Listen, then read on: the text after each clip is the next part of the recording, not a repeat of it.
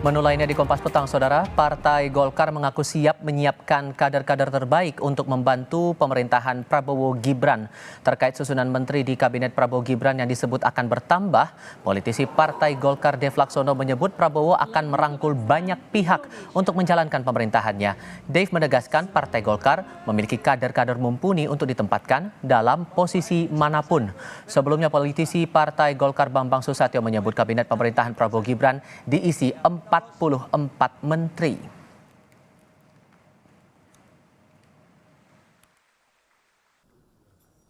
Pemerintahan Prabowo Gibran itu adalah pemerintahan yang akan mengayomi semua elemen politik dan semua elemen masyarakat yang ada di Indonesia. Dan Partai Golkar adalah gudangnya kader yang siap untuk ditempatkan di semua macam industri, semua macam kebutuhan, akan memastikan bahwa pemerintahan ini berjalan dengan baik, dinamika itu berjalan dengan sempurna, hingga semua roda-roda pemerintahan bergulir dengan baik. Sementara Partai Demokrat dan Partai Keadilan Sejahtera mengaku sudah diajak berbincang oleh Presiden terpilih Prabowo Subianto. Demokrat menyerahkan sepenuhnya pilihan menteri di kabinet kepada Presiden terpilih. Sementara PKS memberikan beberapa pandangan yang bisa membantu menjalankan program-program unggulan Prabowo Gibran.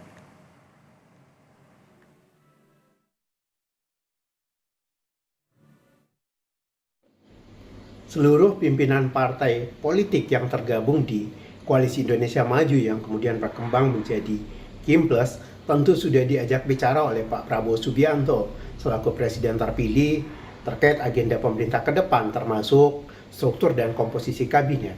Partai Demokrat pun demikian. Tentu kami menyadari sepenuhnya bahwa terkait dengan siapa-siapa saja struktur dan komposisi kabinet mendatang itu menjadi hak prerogatif Presiden.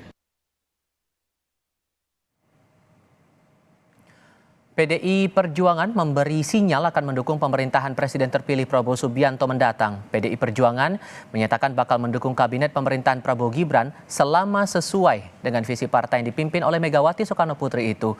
Ketua DPP PDI Perjuangan Said Abdullah mengatakan dukungan ini bukan berarti kader partainya akan bergabung dalam kabinet.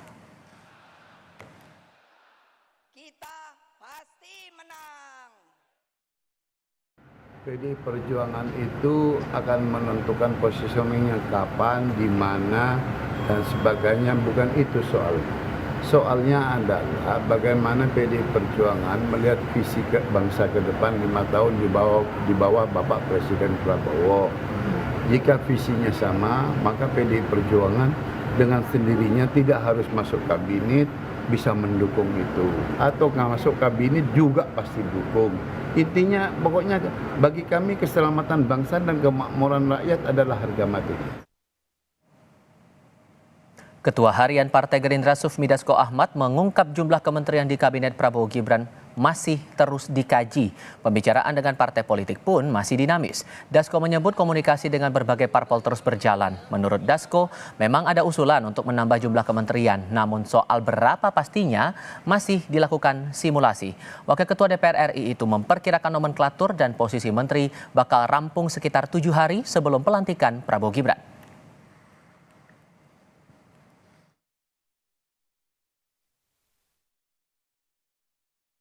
Berapa jumlah sampai dengan sekarang masih kita simulasikan bahwa penambahan kementerian itu adalah untuk optimalisasi daripada tugas-tugas kementerian dalam rangka kita itu memenuhi janji kampanye yang kemudian ada di Asta Cita, program dan program aksi yang kemarin dilakukan pada saat kampanye. Nah, sehingga jumlah itu ada yang bilang 44, ada yang bilang 42, ada yang bilang 40. Kita juga masih melakukan simulasi. Mungkin pembicaraan itu kan dilakukan dinamis dan juga tadi saya bilang bahwa ini belum final. Demikian. Partai politik mulai mencolek Prabowo Subianto soal kemungkinan kursi menteri. Apakah susunan kabinet Prabowo Gibran lebih kental nuansa akomodatif? Lalu bagaimana pula Prabowo bisa menjamin stabilnya kabinet yang kemungkinan berpostur gemuk ini nantinya? Kami akan diskusikan bersama Yunarto Wijaya selaku Direktur Eksekutif Carta Politika dan Immanuel Ebenezer, Ketua Prabowo Mania sekaligus politisi Partai Gerindra. Selamat sore semuanya, apa kabar? Selamat sore, Mas. Terima kasih sudah hadir dalam diskusi kami kali ini. Mas Toto, begini, dengan jumlah 10 partai di Koalisi Indonesia Maju, 7 diantaranya partai di parlemen, untuk postur kementerian pemerintahan baru nanti, apakah Anda menangkap bahwa akan nuansanya akomodatif atau Anda melihatnya dari sisi yang lain? Ya, kalau bicara akomodatif ini bukan hanya bahasan pada saat pemerintahan Pak Prabowo ke depan ya. Hampir semua, bukan hampir, semua presiden semenjak pasca reformasi itu terjebak dalam isu klasik ini. Tersandra tanda kutip dalam politik akomodatif. Kenapa? Kalau kita bicara Gus Dur dan Ibu Mega itu dipilihnya sama MPR. Artinya utang budi politiknya terhadap partai-partai. SBY mau jilid 1 jilid 2 termasuk Pak Jokowi, itu bicaranya juga walaupun tidak dipilih oleh MPR, tapi harus memenuhi presidensial threshold. Utang budi pada saat didukung di Pilpres itu akhirnya biasanya dibayar melalui kursi menteri. Nah, yang memang membuat lebih heboh kali ini adalah pasca dibuatnya Undang-Undang 39 2008, Undang-Undang Kementerian Negara yang membatasi jumlah kementerian menjadi 34, saya meyakini Pak SBY salah satunya menyepakati itu ketika kemudian belajar dari pengalaman-pengalaman sebelum didasarkan kebutuhan sektoral dalam negara. Sekarang nih katanya, makanya kan ini semua masih katanya ya, katanya akan digemukkan secara kuantitatif menjadi 44. Itu saja menurut saya sudah jadi problem.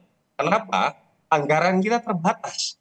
Jadi kalau kita bicara jumlahnya dinaikkan 10, andai kata betul, kementerian-kementerian yang existing itu jatah anggarannya akan dikurangi loh. Artinya kan mencapai target itu lebih susah secara kuantitatif.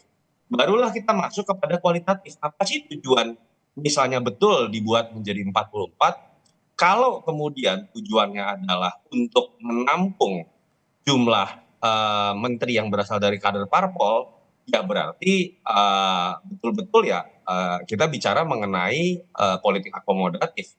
Dan apapun yang terlalu akomodatif dan gemuk, bukan sehat ya, besar tapi sehat itu berbeda dengan gemuk, itu pasti akan sulit untuk bergerak maju. Padahal kita tahu Pak Prabowo ini ambisinya luar biasa ketika berbicara pertumbuhan ekonomi 8%, termasuk beberapa program populis lain. Itu catatan kritis yang saya sih berharap Pak Prabowo ini jauh lebih berani dibandingkan Pak Jokowi yang awal dikatakan akan jauh lebih berani membangun kabinet ramping, tapi belakangan di periode kedua juga mengulang pola yang dilakukan oleh SBY yang selama ini sering dikritik.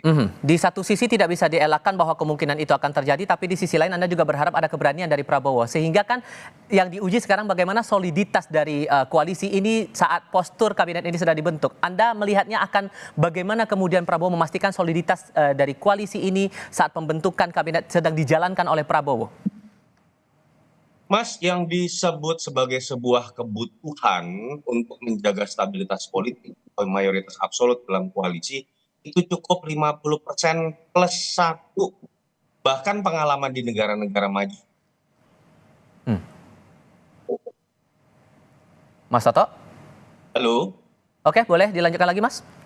Ya, bahkan kalau kita bicara misalnya contoh di Amerika Serikat, Obama itu tetap bisa menggolkan Obamacare walaupun koalisinya itu minoritas. Karena programnya dianggap bagus. Partai-partai di parlemen nggak berani ngelawan keinginan rakyat. Dan kita tahu kalau niatnya adalah membangun atau merangkul sebesar-besarnya koalisi atas nama seakan-akan nilai luhur persatuan nasional, padahal nyatanya itu cuma bagi-bagi kursi menteri. Akhirnya berakibat pada jumlah kursi menteri yang diperbanyak, anggaran sulit untuk dibagi. Ya buat saya yang nanti akan jadi korban pertama Pak Prabowo sendiri. Sulit untuk kemudian mencapai program-program, apalagi program populis yang kita tahu targetnya lumayan ambisius kalau kita lihat pada masa kampanye kemarin. Oke, kalau Bung Noel melihatnya sejauh ini Pak Prabowo bagaimana kemudian mengakomodasi suara-suara dari partai politik yang mendukung pasangan Prabowo Gibran di Pilpres ini untuk konteks pada pembuatan atau penyusunan postur kabinet ini? Ya, kalau Pak Prabowo kan sederhana aja, karena ini pemerintahan berkelanjutan, ya sudah ada standarnya basisnya kerja ya. Tidak soal mengakomodatif aja, tapi ada standar kerja yang chemistry-nya bisa ketemu. Kalau soal sharing power dan sebagainya, ya kita sama-sama ketahui lah, lebih berbahaya kalau hanya tadi apa yang disampaikan Toto ya, punya berapa pengalaman karena dasarnya akomodatif, akhirnya konfliknya adalah konflik kepentingan. Nah, kita tidak mau hal itu terulang kembali di pemerintahan Pak Prabowo Gibran. Kita mau semua fokus pada basis kerja. Artinya kita melayani rakyat, kemudian ada program-program yang menjadi prioritas yang itu akan kita fokuskan. Apalagi kita lihat itu menjadi bahan kritik di pemerintahan Pak Jokowi terkait misalnya problem hukum yang sangat rendah sekali. Nah, itu mungkin menjadi fokus kita juga selain legacy yang sudah diberikan oleh Pak Jokowi terkait infrastruktur yang hari ini ya diharapkan itu bisa kita nikmati di 2045 nanti, karena kita mau ada generasi di 2045 nanti adalah generasi unggul. Ini kan program-program ini menyangkut untuk 2045. Jadi saya rasa basisnya kabinet nanti itu basis kerja ya, bukan soal mengakomodatif aja. Walaupun ya hal itu tidak dikesampingkan. Jadi ya kita belum bisa mengambil kesimpulan sebelum pemerintahan ini benar-benar terbentuk lah, kayak gitu kira-kira Mas. Oke, tapi kemungkinannya kalau melihat dari partai-partai yang ada, pasti kan mereka juga berjuang dengan masing-masing bisa memenangkan pasangan Prabowo Gibran. Apakah Pak Prabowo untuk penyusunan saat ini juga melakukan yang namanya skala prioritas nih, partai-partai mana saja yang akan kemungkinan ditaruh lebih dulu di pos-pos menteri tertentu, Bang Noel? Ya kalau soal itu gini, Prabowo itu kan tipikalnya orang yang tidak lupa orang.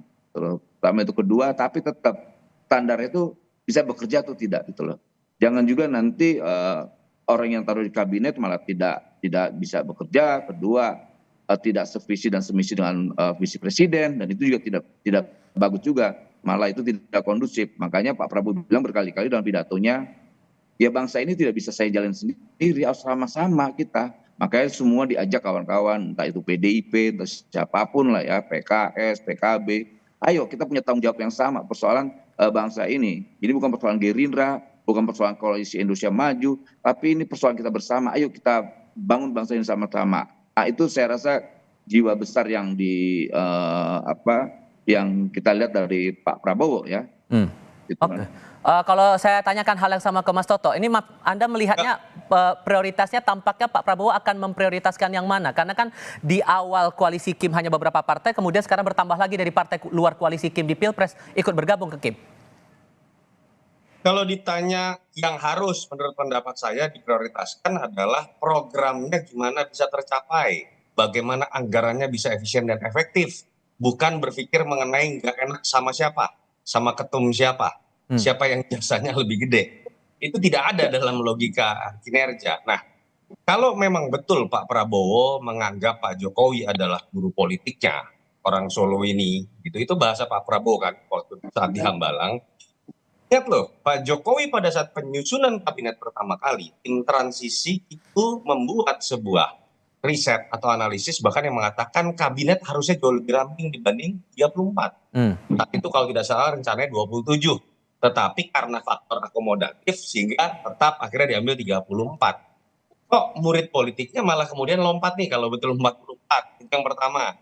Yang kedua, kalau betul belajar dari apa yang pernah dialami oleh guru politiknya, kita ingat loh, 5 menteri pada masa pemerintahan Jokowi, jilid 1 dan jilid 2, yang kena kasus hukum, 5-5-nya itu dari kader parpol. Dan kalau kita baca survei, misalnya kepuasan publik terhadap kementerian, nama-nama yang menjadi kembang dari kabinet itu adalah semuanya tokoh teknokrat. Mau itu Pak Bas, mau itu Ibu Sri Mulyani, mau itu Ibu Retno, dan lain-lain. Jadi kan ada fakta-fakta empiris yang sebenarnya memperlihatkan bahwa Pak Prabowo ya kalau betul punya jiwa besar, tidak harus prasyaratnya punya koalisi besar. Cukup 50% plus 1. Makanya yang saya selalu kritik adalah jangan kemudian ide mengenai persatuan nasional diterjemahkan menjadi tidak ada oposisi. Diterjemahkan menjadi semuanya masuk ke dalam koalisi pemerintahan dan mendapat jatah kabinet. Kalau itu yang terjadi, saya belum pernah melihat soalnya di negara manapun satupun di dunia yang menerjemahkan konsep persatuan itu seperti itu. Ditambah lagi sosok Jokowi ini di mata Prabowo sebagai guru politik ya begitu. Sehingga kalau menurut Anda ini full secara utuh akan ditiru cara berpolitik atau cara pemerintahan dari Jokowi ini oleh Prabowo, atau akan ada sentuhan baru dari Prabowo nantinya menurut Anda, Mas Toto? Tadi kan saya sudah sebutkan, Mas Tifal, kalau guru politik adalah Jokowi, Pak Jokowi itu dulu bahasanya adalah mengenai perampingan. Satu, jumlah ya, secara kuantitatif dari anggota kabinet. Yang kedua secara kualitatif, Pak Jokowi bisa dibaca, Bang Noel bisa baca, 2014, bulan September Pak Jokowi mengatakan sebisa mungkin tidak perlu yang namanya perubahan atau penambahan nomenklatur. Karena 2 tahun pertama kita bisa nggak kerja, ngurusin birokrasi, belum lagi demo, pelang nama diganti, kop surat diganti. Nah, apa yang kita dengar, walaupun masih dalam gosip ya Mas Tifal, ini kan berbeda total dengan apa yang kita lihat kalau betul mengacu pada pertanyaan Mas Tifal tadi, Jokowi sebagai guru politik dari Pak Prabowo. Saya berharap Pak Prabowo malah lebih berani dan mengulang apa yang pernah Pak Jokowi sempat pada saat 2014 lakukan, yaitu kader parpol yang jadi menteri harusnya tidak lagi jadi pengurus sehingga bisa fokus bekerja dan tuannya hanya presiden, bukan ketum parpol. Berani nggak Pak Jokowi hanya bertahan beberapa bulan, lalu kemudian gagal dan berbuah pada 5 menteri yang ditangkap yang berasal semuanya dari kader parpol. Saya kok percaya ya, harusnya Pak Prabowo lebih berani. Oke, Bung Noel, satu hal lagi yang menarik juga di sini saat saya bertemu dengan Mas Said Abdullah di DPR siang tadi, ia menyebutkan bahwa PDI Perjuangan melihat visi bangsa 5 tahun ke depan, Bapak Presiden Prabowo jika visinya sama dengan PDI Perjuangan, dengan sendirinya tidak harus masuk kabinet bisa mendukung itu. Apakah kemudian Pak Prabowo sesungguhnya juga membuka obrolan berkomunikasi dengan PDI Perjuangan soal susunan kabinet ini, Bang Noel? Saya rasa gini ya, persoalan kabinet ini kan Pak Prabowo punya otoritas tersendiri lah dalam menentukan, apalagi tadi sampaikan Pak Said ya bahwa ya sevisi semisi kan nggak mesti harus di dalam, nggak mesti juga harus di luar. Kalau sama-sama lebih bagus, kalau di luar juga lebih bagus. Artinya harus ada check and balance-nya. Jadi saya rasa sikap PDIP dalam melihat pemerintahan Prabowo Gibran ke depan saya rasa sudah cukup bagus lah. Mereka juga punya kedewasaan berpolitik dan kami tidak meragukan sikap PDIP dalam merespon pemerintahan Prabowo Gibran ke depan. Nah, yang paling penting adalah ya kita sebagai negara bangsa jangan mundur pada persoalan-persoalan yang tidak substantif. Gitu. Coba kita lebih bicara tentang hal yang substantif ke depan, bagaimana Indonesia ke depan lebih baik. Saya rasa itu titik poin yang lebih penting yang harus kita pikirkan bersama. Saya rasa itu, Mas. Oke, kita mengutip pernyataan Pak Dasko, kemungkinan rampung susunan kabinet ini antara seminggu atau 5 hari sebelum pelantikan Prabowo Gibran sebagai presiden dan wakil presiden terpilih. Bang Noel, terima kasih banyak. Mas Toto, terima kasih banyak sudah berdiskusi bersama kami. Selamat sore semuanya. Bro, thank you.